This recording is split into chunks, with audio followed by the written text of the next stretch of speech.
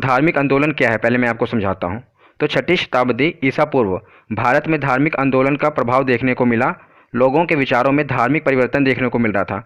मतलब एक लोग जो हैं वो नए धर्म की तरफ जाना चाह रहे थे। तो इस समय भारत में दो महापुरुषों का जन्म हुआ। एक थे महात्मा बुद्ध और दूसरे महावीर स्वामी। इन दोनों ने भारत में चल रहे अंधविश्वास का विरोध किया और बौद्ध धर्म और जैन धर्म का प्रचार किया। तो महात्मा बुद्ध ने बौद्ध धर्म का प्रचार किया और महावीर स्वामी ने जैन धर्म का प्रचार किया।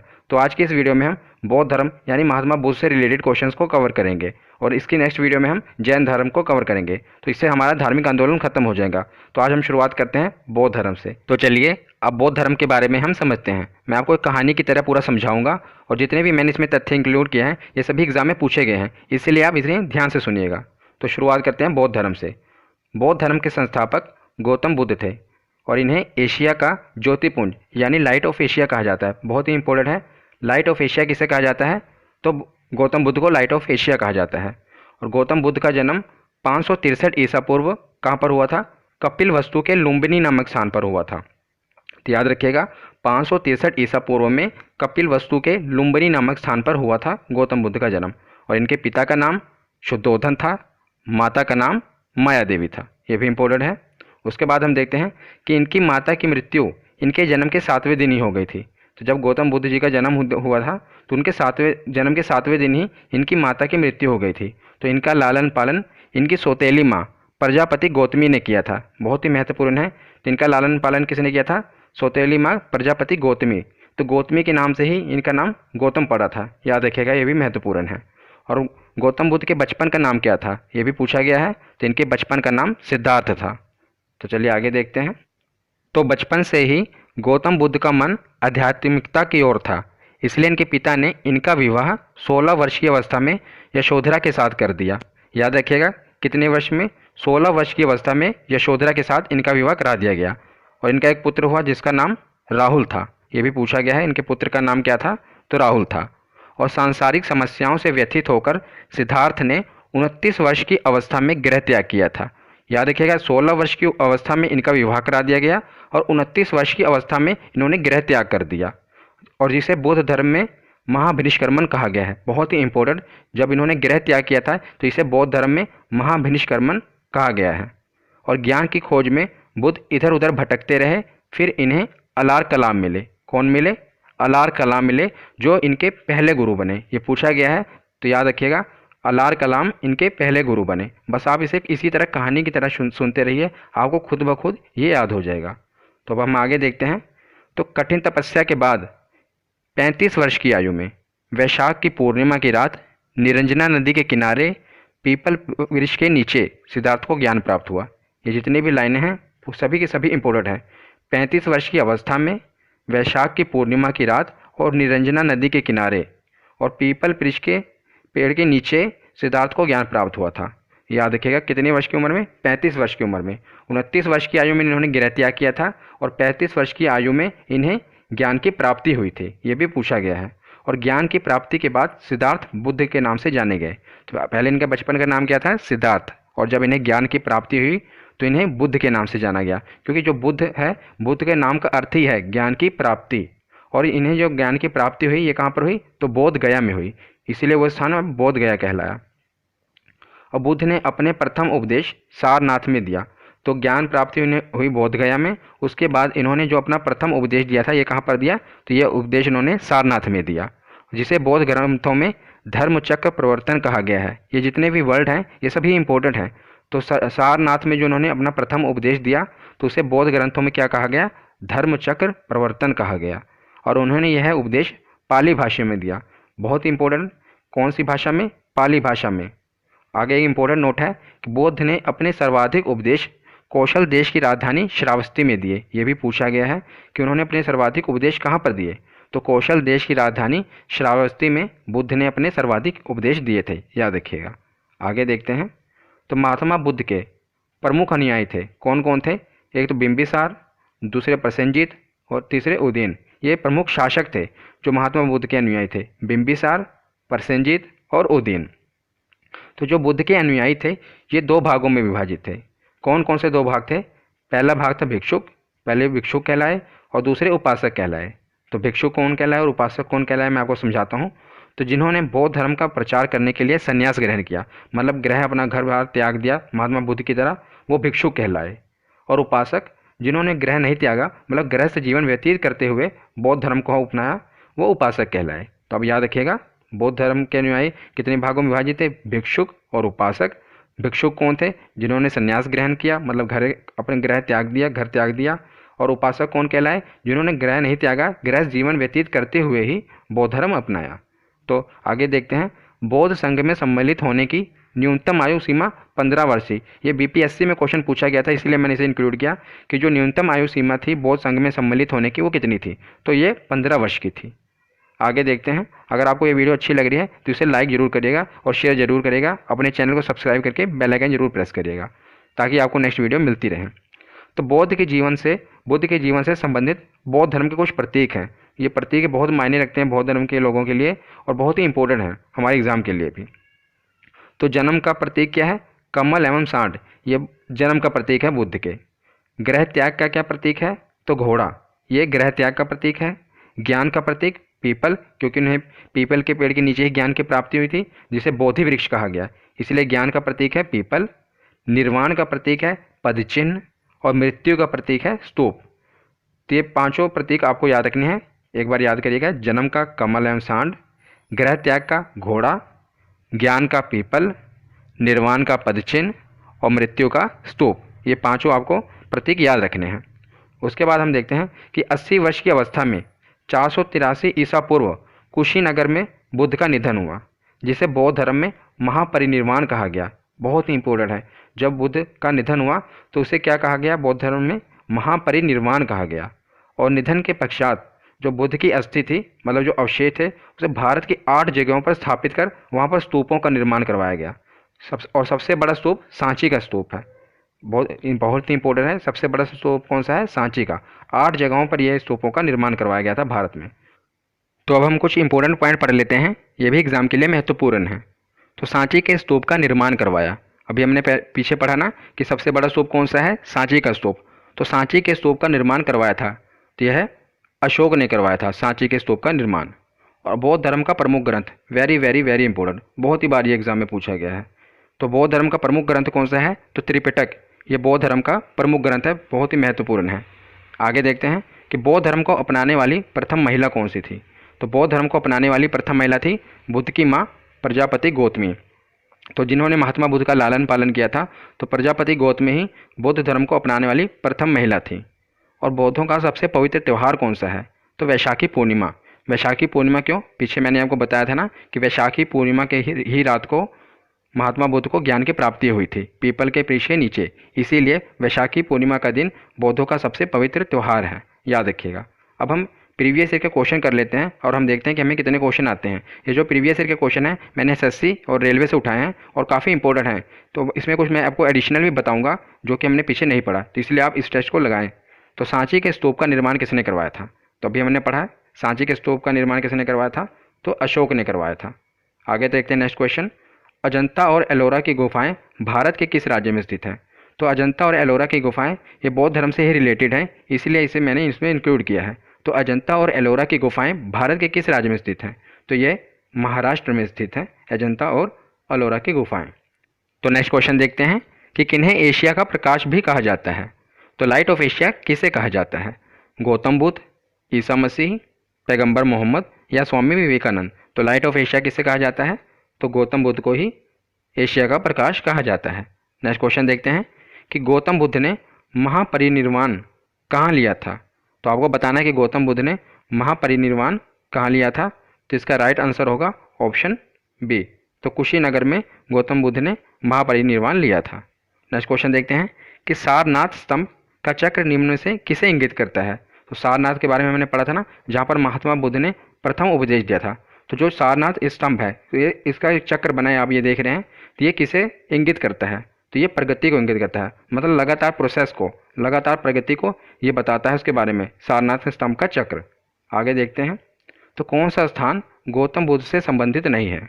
तो आपको ये बताना है नीचे 4 ऑप्शन में, सारनाथ, बोधगया, कुशीनगर और पावापुरी, इसमें कौन सा स्थान है जो गौतम बुद्ध से संबंधित नहीं है?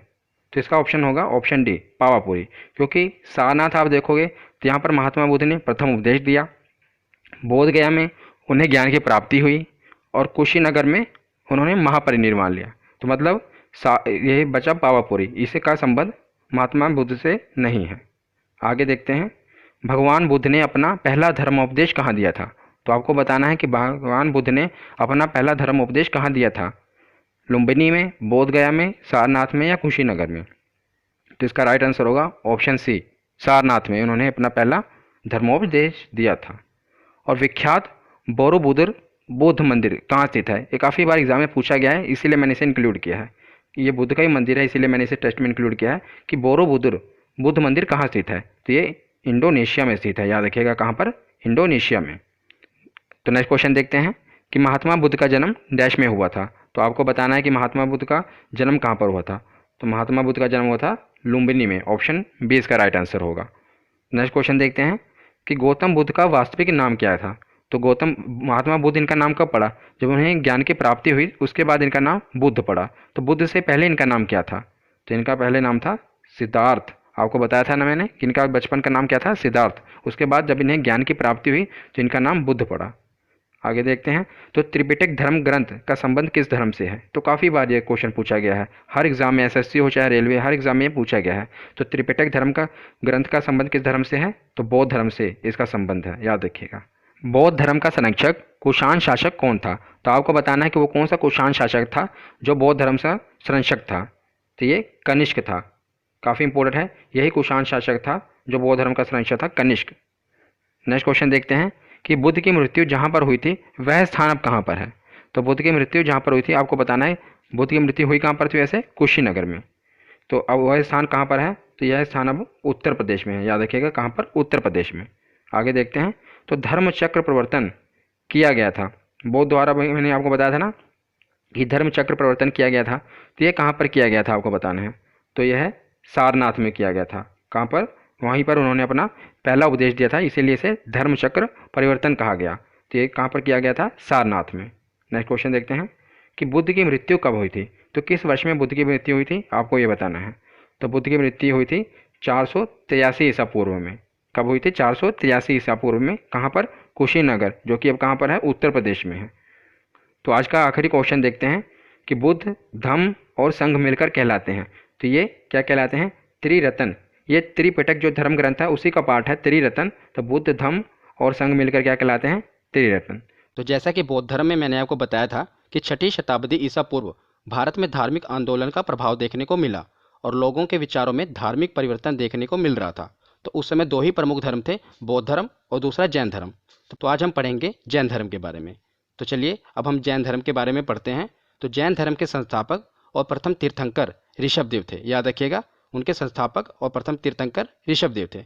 तो आखिरकार ये तीर्थंकर शब्द का मतलब क्या है, तो जो स्वयं तप के माध्यम से आत्मज्ञान प्राप्त करते हैं और जो संसार रूपी सागर से पार लगाने वाली तीर्थ की रचना करते हैं, उन्हें तीर्थंकर कहा जाता है। ठीक है, अब हम पढ़ते हैं प्रमुख जैन तीर्थंकर और उनके प्रतीक चिन्ह, क्योंकि एग्जाम में पूछे जाते हैं। तो याद रखिएगा, जैन धर्म में कुल 24 तीर्थंकर हुए थे। कितने, 24 तीर्थंकर। पर हमें पढ़ने हैं 3 ही तीर्थंकर के बारे में, क्योंकि यही तीनों पूछे जाते हैं, पहले, 23वें और 24वें। तो पहले तीर्थंकर कौन थे, ऋषभदेव थे, जो जैन धर्म के संस्थापक थे, और इनका प्रतीक चिन्ह है सांड, याद रखिएगा। और 23वें तीर्थंकर थे पार्श्वनाथ, इनका प्रतीक चिन्ह है सर्प यानी कि सांप। और 24वें और आखिरी जैन तीर्थंकर थे भगवान महावीर स्वामी, और इनका प्रतीक चिन्ह है शेर। तो ये तीनों आपको याद रखने हैं। अब हम देखते हैं 23वें तीर्थंकर, इनसे भी प्रश्न बनते हैं। तो जैन धर्म के 23वें तीर्थंकर पार्श्वनाथ थे और इन्हें झारखंड के सम्मेद शिखर पर ज्ञान की प्राप्ति हुई थी। ये क्वेश्चन पूछा गया कि इन्हें कहाँ पर ज्ञान की प्राप्ति हुई थी, तो झारखंड के सम्मेद शिखर पर इन्हें ज्ञान की प्राप्ति हुई थी। और ज्ञान प्राप्ति के बाद इन्होंने कुल 4 नियम बताए थे, जिसे जैन धर्म में चतुरायन धर्म कहा गया है। और ये 4 नियम थे। पहला नियम था हिंसा ना करना, दूसरा सदा सत्य बोलना, तीसरा चोरी ना करना, और चौथा संपत्ति ना रखना। तो ज्ञान प्राप्ति के बाद पार्श्वनाथ जी ने ये कुल 4 नियम बताए थे, जिसे जैन धर्म में चतुरायन धर्म कहा गया है, याद रखिएगा। अब हम देखते हैं जैन धर्म के 24वें और अंतिम तीर्थंकर भगवान महावीर स्वामी जी के बारे में। तो जैन धर्म के 24वें और अंतिम तीर्थंकर भगवान महावीर स्वामी हैं, जिन्हें जैन धर्म का वास्तविक संस्थापक कहा जाता है। याद रखिएगा, जब पूछा जाए कि जैन धर्म के संस्थापक कौन थे, तो वो पहले तीर्थंकर ऋषभदेव थे। पर यह पूछा जाए कि जैन धर्म के वास्तविक संस्थापक कौन थे, तो याद रखिएगा वे भगवान महावीर स्वामी थे। अब हम भगवान महावीर स्वामी जी के सांसारिक जीवन के बारे में पढ़ते हैं।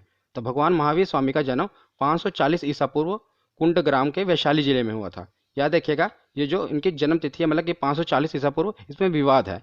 कुछ लोगों का कहना है कि इनका जन्म 599 ईसा पूर्व हुआ था, पर इतिहासकारों का मानना है कि इनका जन्म 540 ईसा पूर्व ही हुआ था। तो हम जो इतिहासकारों का मानना है उसी के बारे में पढ़ेंगे, और यही एग्जाम के में आपके पूछा जाता है कि उनका जन्म कब हुआ था। तो याद रखिएगा 540 ईसा पूर्व कुंडग्राम के वैशाली जिले में हुआ था। अब हम इनके पिता माता के बारे में देख लेते हैं, क्योंकि डायरेक्ट 1 नंबर का सवाल ये पूछ लिया जाता है। तो महावीर स्वामी जी के पिता का नाम था सिद्धार्थ और उनकी माता का नाम था त्रिशला, और इनके एक भाई थे, इनका नाम था नंदीवर्धन, और महावीर स्वामी जी की पत्नी का नाम था यशोदा, और इनकी एक पुत्री हुई थी, उनका नाम था प्रियदर्शनी, और प्रियदर्शनी का विवाह हुआ था जमाली के साथ। तो भगवान महावीर स्वामी जी के दामाद कौन थे? जमाली थे। और याद रखिएगा महावीर स्वामी जी के बचपन का नाम वर्धमान था। क्या था? वर्धमान। तो सांसारिक जीवन के बाद अब हम देखते हैं भगवान महावीर स्वामी जी के आध्यात्मिक जीवन के बारे में। तो महावीर स्वामी जी ने 30 वर्ष की उम्र में माता पिता की मृत्यु के पश्चात अपने बड़े भाई नंदीवर्धन से अनुमति लेकर संन्यास जीवन को स्वीकारा था। तो याद रखिएगा 30 वर्ष की उम्र में माता पिता की मृत्यु के बाद इन्होंने अपने बड़े भाई नंदीवर्धन से आज्ञा ली और उसके बाद संन्यास जीवन को स्वीकारा। और ये आगे बहुत ही महत्वपूर्ण है कि 12 वर्षों की कठिन तपस्या के बाद महावीर स्वामी जी ने ऋजुपालिका नदी के तट पर साल वृक्ष के नीचे तपस्या करते हुए ज्ञान की प्राप्ति हुई, और इस ज्ञान की प्राप्ति को जैन धर्म में कैवल्य कहा गया। तो इसकी एक एक लाइन महत्वपूर्ण है। या ये पूछा गया कि महावीर स्वामी जी को कहाँ पर ज्ञान की प्राप्ति हुई, तो याद रखिएगा ऋजुपालिका नदी के तट पर और साल वृक्ष के नीचे इन्हें ज्ञान की प्राप्ति हुई, और ज्ञान की प्राप्ति को क्या कहा गया? तो कैवल्य कहा गया।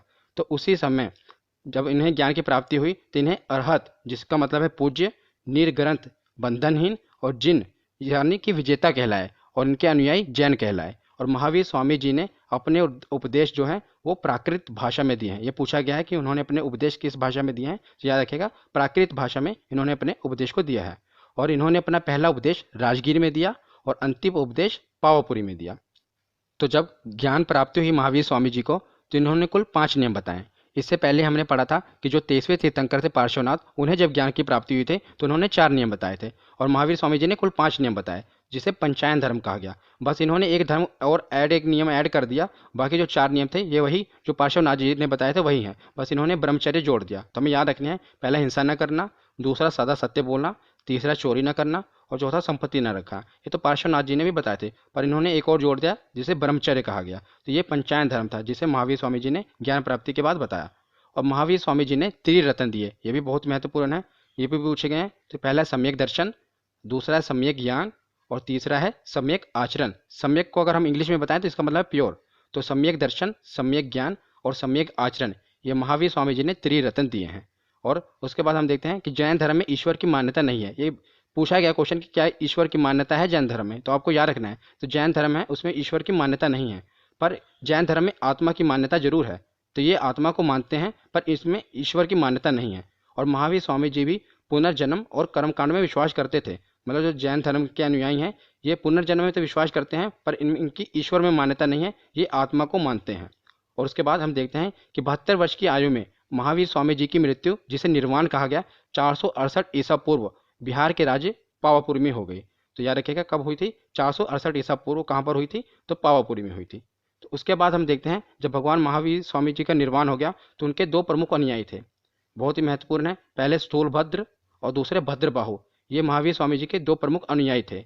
तो स्थूलभद्र से जिन्होंने गुरु दक्षिणा ली, मतलब स्थूलभद्र से जिन्होंने शिक्षा ली वे श्वेतांबर कहलाए, और भद्रबाहु से जिन्होंने शिक्षा ली, आगे भद्रबाहु से जिन्होंने मतलब गुरु दक्षिणा ली और शिक्षा ली, वो दिगंबर कहलाए। तो ये पूछा जाता है कि श्वेतांबर किसके अनुयायी थे? तो स्थूलभद्र के अनुयायी थे श्वेतांबर, और दिगंबर किसके अनुयायी थे? तो ये भद्रबाहु के अनुयायी थे दिगंबर।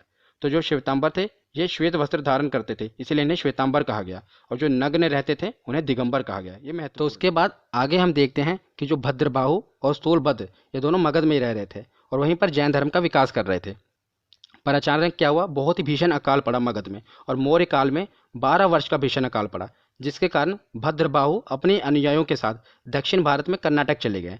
स्थूलभद्र वहीं पर थे मगध में, पर भद्रबाहु अपने अनुयायियों के साथ दक्षिण भारत में कर्नाटक चले गए और उनके साथ चंद्रगुप्त मौर्य, याद रखिएगा बहुत ही महत्वपूर्ण है, चंद्रगुप्त मौर्य वही जो चाणक्य के शिष्य थे, वो भी साथ ही उनके साथ आए और जिन्होंने कर्नाटक के श्रवण बेलगोला में संलेखना विधि द्वारा अपने प्राण त्याग दिए। तो ये पूछा गया जाता है कि संलेखना विधि द्वारा किसने अपने प्राण त्याग दिए, तो याद रखिएगा चंद्रगुप्त मौर्य ने संलेखना विधि द्वारा कर्नाटक में अपने प्राण त्याग दिए। तो आखिरकार ये संलेखना विधि क्या है, तो ये संलेखना विधि जो है जैन धर्म में मतलब मुक्ति पाने की एक विधि है, जिसमें क्या किया जाता है, बहुत ही कठिन तपस्या है जिसमें अन्न और जल को त्याग दिया जाता है और अपने शरीर को कष्ट देकर खत्म कर दिया जाता है। तो ये एक संलेखना विधि है जिसमें मुक्ति प्राप्त होती है जैन धर्म के अनुसार। उसके बाद हम देखते हैं कि जैन धर्म के प्रचार के लिए दो जैन संगतियाँ हुई। देखा क्या गया कि जब महावीर स्वामी जी का निर्वाण हो गया तो उसके बाद जो था जैन धर्म में काफ़ी मतलब विवाद हो गया, जैन धर्म का खत्म हो रहा था। उसके लिए फिर क्या क्या कि संगतियाँ बुलाई गई। तो जो पहली संगति थी ये स्थूलभद्र ने बुलाई, जो कि उनके आपको पता है ना दो प्रिय अनुयायी थे, एक स्थूलभद्र और एक भद्रबाहु। तो स्थूलभद्र ने पहली जैन संगति के ये अध्यक्ष थे 300 ईसा पूर्व। कहाँ पर ये संगति हुई थी, तो पाटलिपुत्र। पहली संगति हुई थी 300 ईसा पूर्व पाटलिपुत्र में और इसके अध्यक्ष थे स्थूलभद्र। उसके बाद दूसरी संगति, बस आपको दो ही याद रखनी है कि दो जैन संगतियाँ हुई थी, पहली पाटलिपुत्र में और दूसरी वल्लभी गुजरात में, और ये 6ठी शताब्दी यानी कि 600 ईस्वी में। और देखें आप कितना डिफरेंस आ गया, पहली 300 ईसा पूर्व में हुई और दूसरी 600 ईस्वी में हुई, मतलब कि 900 सालों का डिफरेंस। ये ईसा पूर्व है और ये ईस्वी है। इसीलिए देखा गया कि जो यह भी एक कारण था कि जैन धर्म का इतना विकास नहीं हो पाया, क्योंकि जो जैन संगतियाँ थी उसमें भी इतना लेट हो गई। जैन संगतियाँ क्या थी, जिसमें सबको बुलाया जाता था और जैन धर्म के बारे में बताया जाता था, पर उसमें इतना लेट हो गया कि 900 साल लग गए दूसरी जैन संगति में। इसलिए जैन धर्म का इतना विकास नहीं हो पाया जितना कि बौद्ध धर्म का विकास हो गया। और दूसरे जो जैन संगति थे इसमें अध्यक्ष कौन थे, तो क्षमा श्रवण। ये पूछे जाते हैं कि आप कई क्वेश्चन में आपको ज़्यादा कन्फ्यूजन क्या होती है, बच्चे क्या करते हैं पहले स्थूलभद्र और दूसरे में अध्यक्ष लगा देते हैं भद्रबाहु को, जबकि भद्रबाहु नहीं थे। क्योंकि आप देख रहे हैं ना कि 900 साल तक थोड़ा ना वो जिंदा रहेंगे, तो याद रखिएगा दूसरे में अध्यक्ष कौन थे, तो क्षमा श्रवण थे। और ये पूछा गया था एग्जाम में कि जो दूसरी जैन संगति हुई कहाँ पर थी, तो ये वल्लभी जो कि गुजरात में यहाँ पर हुई थी। वल्लभी से आप याद रख सकते हैं कि जो कि वल्लभ भाई पटेल वो कहाँ के थे, तो गुजरात थे, इसलिए वल्लभी गुजरात में ही है। और जैन धर्म में कुछ प्रमुख राजा थे, ये भी पूछे जाते हैं, इन्हें आप कवर कर लीजिए। पहले उदयन, दूसरे वंद राजा, तीसरे चंद्रगुप्त मौर्य जिन्होंने संलेखना विधि द्वारा अपने प्राण त्याग दिए, और चौथे कलिंग नरेश खारवेल, पांचवें राष्ट्रकूट राजा अमोघवर्ष। तो राष्ट्रकूट वंशों के बारे में मैंने आपको बहुत ही विस्तार से बताया है, अगर आपने उस वीडियो को नहीं देखा तो आप उसे भी इतिहास की प्लेलिस्ट में देख लीजिएगा। उसमें मैंने पल्लव राजा, राष्ट्रकूट राजा, जितने भी दक्षिण भारत के राजा उसके बारे में बताया हुआ है। और आखिरी थे चंदेल चाचा। तो ये जो जैन धर्म के कुछ प्रमुख राजा थे जिनके बारे में एग्जाम में पूछा जाता है। तो आखिर में हम देखते हैं प्रमुख जैन मंदिर जिनसे हमारे एग्जाम में प्रश्न बनते हैं। तो पहला, मौर्य काल में मथुरा जैन धर्म का प्रमुख केंद्र था। तो मथुरा में बहुत से जैन धर्म के मंदिर हैं, क्योंकि उस समय ये जैन धर्म का प्रमुख केंद्र था। और मथुरा जो कला है ये भी संबंध किससे है, जैन धर्म से है। मथुरा कला का संबंध भी जैन धर्म से है। आपने सुनी ना मथुरा कला, गंधार कला, तो जो मथुरा कला है इसका संबंध जैन धर्म से है। अब दूसरा पॉइंट देखते हैं। तो कर्नाटक के चामुंड शासकों ने श्रवण बेलगोला में विशाल बाहुबली की मूर्ति, जिन्हें गोमेतवेश्वर भगवान की मूर्ति कहा जाता है, का निर्माण करवाया था। ये पूछा जाता है किसने करवाया था, याद रखिएगा चामुंड शासकों ने करवाया था। और कहाँ पर करवाया था, तो श्रवण बेलगोला, वहीं पर जहाँ पर चंद्रगुप्त मौर्य ने संलेखना विधि द्वारा अपने प्राण त्यागे थे, वहीं पर बाहुबली की मूर्ति, आप देख रहे हैं ये बाहुबली की मूर्ति है, जिन्हें भगवान गोमतेश्वर की मूर्ति कहा जाता है, उनका निर्माण करवाया। और तीसरा पॉइंट देखते हैं। मध्य प्रदेश में चंदेल शासकों ने खजुराहो में जैन मंदिरों का निर्माण करवाया। तो ये जो खजुराहो के मंदिर है ये तो विश्व प्रसिद्ध है, ये यूनेस्को के हेरिटेज साइट में भी है। तो याद रखिएगा खजुराहो के जो जैन मंदिर है इनका निर्माण कहाँ पर है, मध्य प्रदेश में चंदेल शासकों ने करवाया था। और आखिर में देखते हैं, ये भी बहुत महत्वपूर्ण है कि राजस्थान के माउंट आबू में जो दिलवाड़ा के जैन मंदिर है ये भी काफ़ी मशहूर है। तो ये क्वेश्चन बनता है कि जो दिलवाड़ा के जैन मंदिर है यहाँ कहाँ पर है, तो राजस्थान नहीं होता ऑप्शन में होता है माउंट आबू। तो याद रखना आपको कि जो राजस्थान में है और वहाँ के माउंट आबू में जो दिलवाड़ा के प्रसिद्ध जैन मंदिर हैं। तो आज की ये वीडियो यहीं पर खत्म होती है। आशा करता हूँ आपको पसंद आई होगी। कैसे लगी आपको ये वीडियो कमेंट सेक्शन में जरूर बताना। धन्यवाद।